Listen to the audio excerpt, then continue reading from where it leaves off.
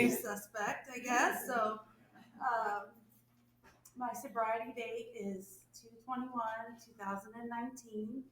I have a, yeah, I'm not that new, but I have a sponsor and I have sponsees, and I have so much love in my heart for Shannon.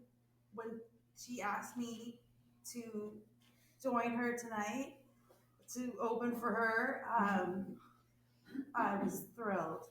I said yes before I even thought about me having to actually be up here and speak. So, in any case, I love her with all my heart, and of course, I wanted, you know, to do right by her. So, you know, above and beyond. And here's a hot tip: when you don't usually wear makeup and you're trying to look pulled together, uh, easy on the glitter, especially around the eyes. So if I start, like, I have glitter falling into my eyes as we're driving here. I'm like, oh, but that's okay because it's worth it. I, I have so much to say, like, but 15 minutes, like, I need to just go. Um, when I first got here, or actually, what got me here was, I shocker, I didn't think I was an alcoholic, or even, I mean, I didn't know what an alcoholic was, except for my ex-husband for sure was an alcoholic. Cars being totaled, uh, all the things, all the things.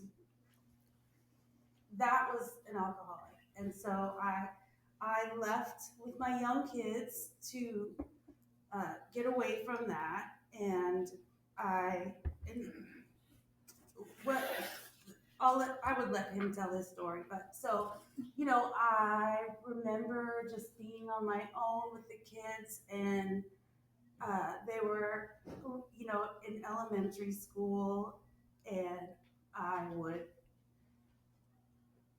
just drink and sit out on the back patio at the end of the day, and just that son of a bitch. He chose alcohol over us, and how dare he? Look what he left me with, and on and on and on as I'm drinking, right?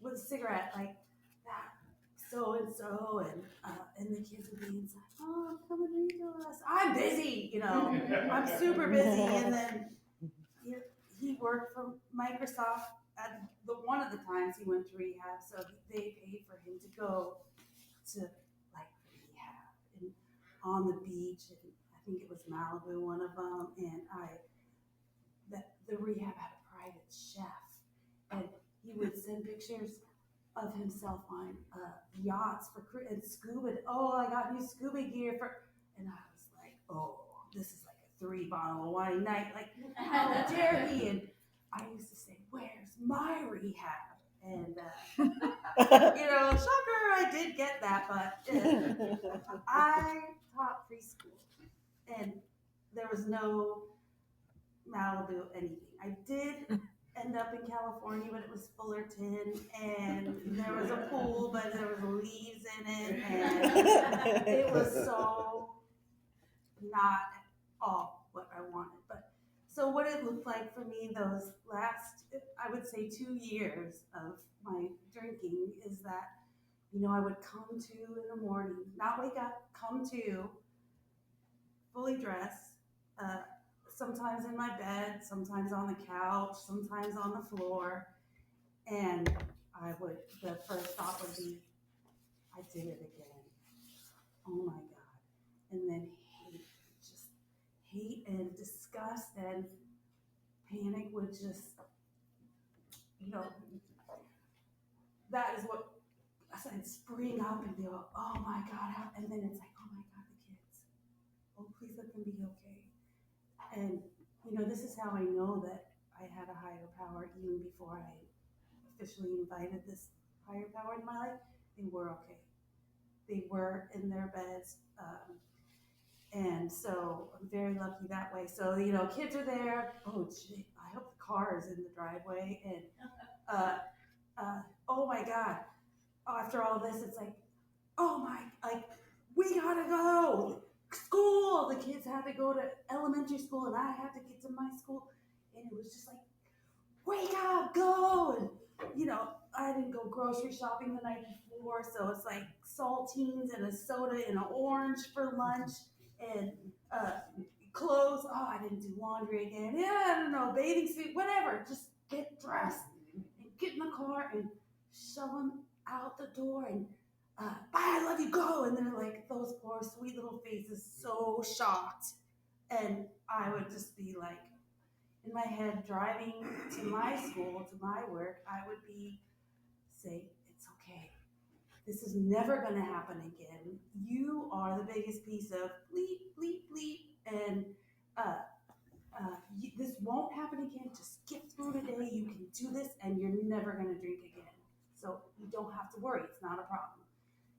And so just I thought if I could hate myself enough, I would be able to stop drinking. And so I was really good at talking mean to myself. And then I get to work, and I would be like, it's a preschool, it's a happy place. And hi, oh my God, it's like, don't throw up, keep it behind your, and just like, I'm fine. And I thought if I could just exude fineness, that there would, as long as nobody knew how awful things were, it would be okay. And so that would be, I get there and okay, God, an hour goes by and I'm like, okay, this might work. You might make it through today. And then, 2 hours go by and it's like,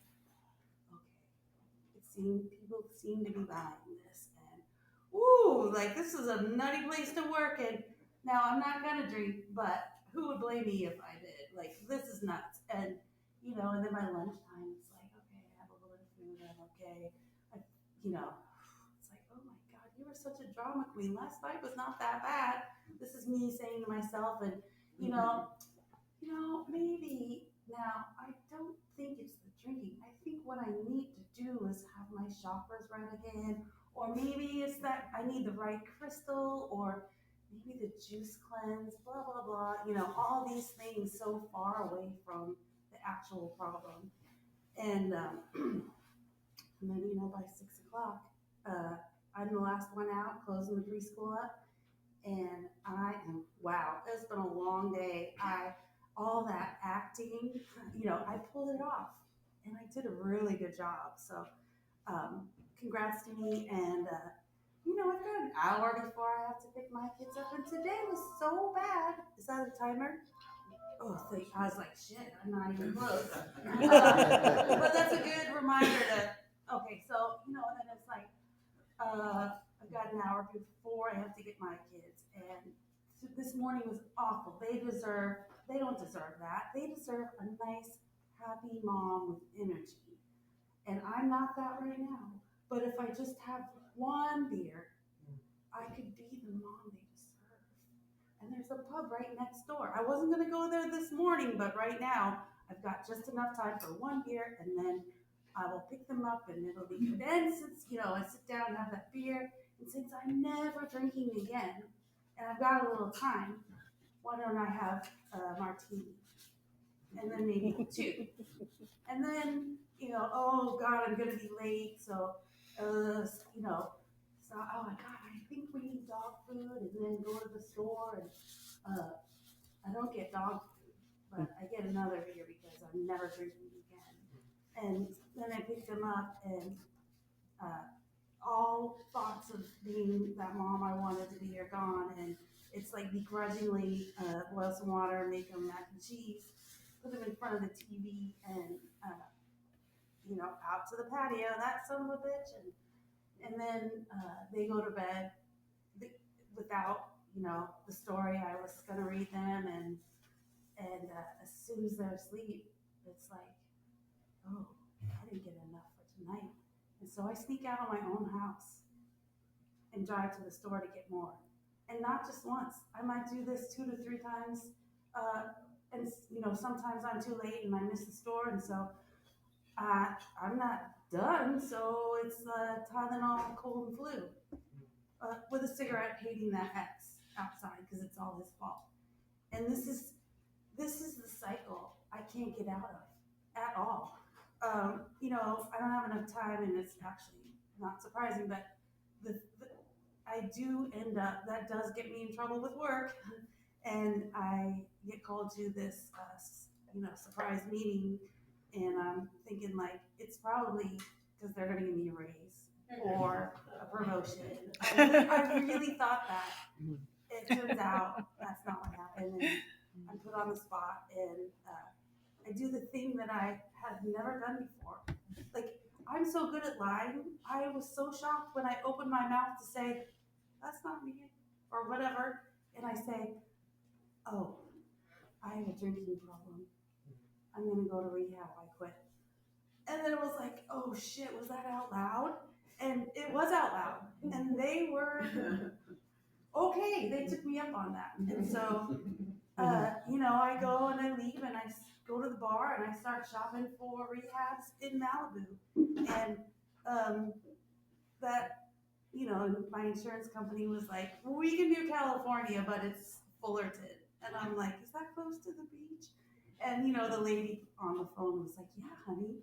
And I'm like, oh, what do I pack? And she's like, whatever you want. You're packed for a vacation. And I'm like, and I go, is there going to be horse riding there? And she's like, maybe. And so this is what gets me to rehab, right?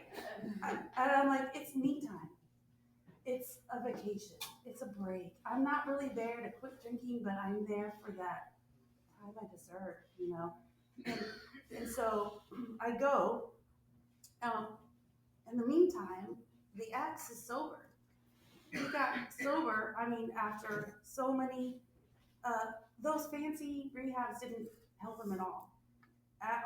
But it was, anyways, he shows up and he's sober, and it's because of AA, not any rehab. And he moves into my house and takes care of the kids for me while I go to on my little mommy makeover time. And it's when I get there that it kind of comes crashing down on me that this is not. It's raining. I have a sinus infection. I'm like, I can't smoke cigarettes like I planned. I can't lay out. The food sucks and there's no beach. And I was like, oh, this, I just had that one moment of clarity, like, oh, this is, I, God, I don't say I'm an alcoholic. I just ask God for help. And I realized that my brain is broken. Any thought that I have or comes from me is gonna be making excuses to drink, because I lie and I'm so good at it, except for the one time where I said, I quit and I'm going to rehab.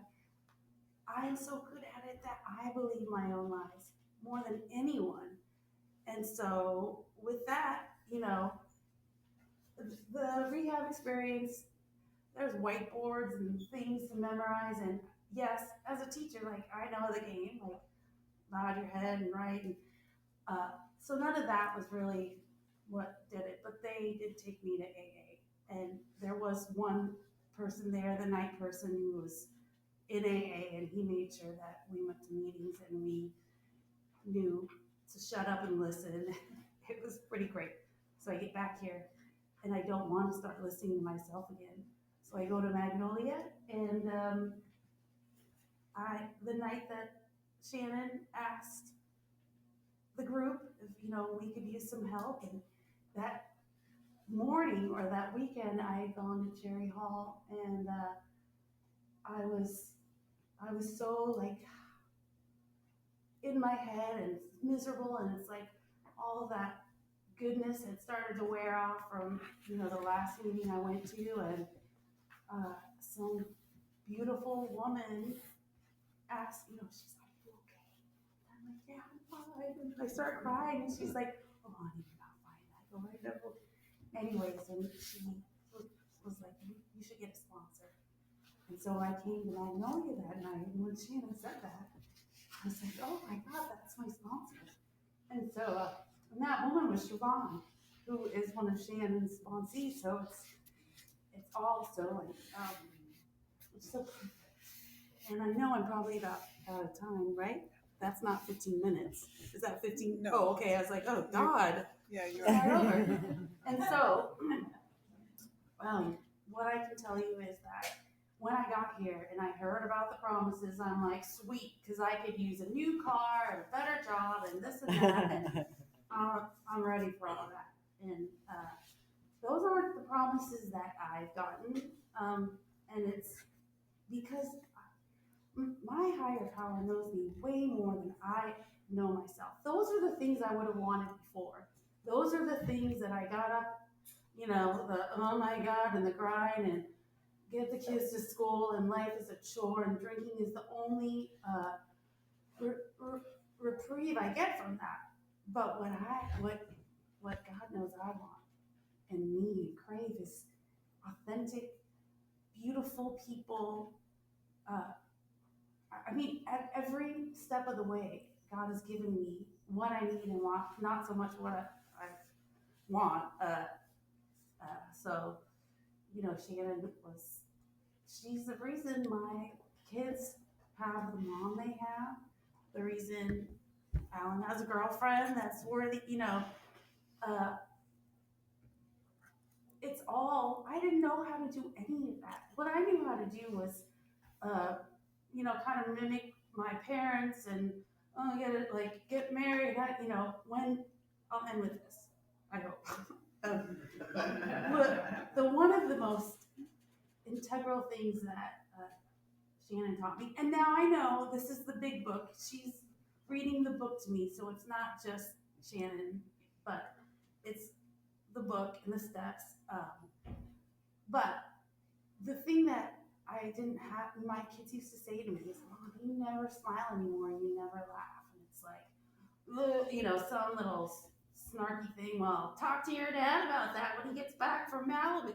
I'm sure that was, I got a million of those. So when I got here, I was ready to do, okay, I'm here to do my penance. And if I have to churn butter or knit or needlepoint, whatever the women here do, I'll do it. I don't deserve to laugh or all, I'm just here to do my time and not hurt my kids anymore. So to find someone who laughs and, oh my God, I've never had so much fun. Just like, it's ridiculous. I had laughed so much, like authentic laughing, and I got to listen. I thought that at my age, I was 6 years younger, so I'm not going to give you a number, but at my age, what you have is what you have. You have, you don't make new friends. You have acquaintances at work. You have one career. Don't blow it, and you don't get divorced, no matter what. And especially my family. If you've got a husband who works for Microsoft, you deal. You stick around, you make him dinner, and you hang him until, for the benefits and the stocks and whatnot, So I blew it. I was not going to get nothing was going to get better. So what's the point, right? So just don't get caught drinking at work, which I blew all that too. So I only had one shot. And what I was told is that, God is abundance. Without God, with my plan, it's scarcity. You get only so much and you better hold on to it and don't F it up, right? Don't blow it up. But with this program and with God, there's abundance. And so I keep getting gifts from this that I don't even know I want. And I get the people I need at the right time. And I get to keep, as long as I keep showing up and doing the work, going to meetings, having a service position. Oh yeah, I have a home group in a service position. I didn't say that in the beginning. Like the foundation that I was given is worth way more than anything I had before. And I will close with this. Now, I know that at meetings, it's approved literature, and the 12 and 12, this is in the 12 and 12, but one summer during COVID, we had the best time trying to memorize the St. Francis prayer. Like, it was going to be a race. Who could memorize it first? And it's like every day, oh, how you doing? Oh, I got it. And like, not even close. And so this is from that. I have it written down. It's on page 99 and of the 12 and 12. So this is my compass right here. Lord, make me an instrument of your peace. Where there is hatred, let me sow love. Where there is injury, pardon. Where there is doubt, faith. Where there is darkness, light. And where there is sadness, joy. God grant that I may not so much seek to be consoled as to console. So that before, that was, me, oh, poor me, right? This is my favorite here. To be understood as to understand. And to be loved as to love. For it is in giving that we receive. It is in pardoning that we are pardoned. And in dying that we are born to eternal life. I lied. That's not the last thing I'm going to read. Okay, my absolute favorite. I read the book to sponsees, and I read it tonight before I came. But my absolute favorite line in the book, it gets me every time, is there's a solution. And, it goes on to say, we hope no one will consider these self-revealing accounts in bad taste. Our hope is that many alcoholic men and women desperately in need will see these pages, and we believe that it is only by fully disclosing ourselves and our problems that they will be persuaded to say, yes, I am one of them too. I must have this thing. That I'm going to end with that because I'm so glad I said yes. I don't know if anyone's new here, but if you are, don't sell yourself short. You can have this shitty job that I have too now. No, just kidding. The thing is, it's not about what I have. It's about what I can give. So thank you so much. Thank you, Shannon.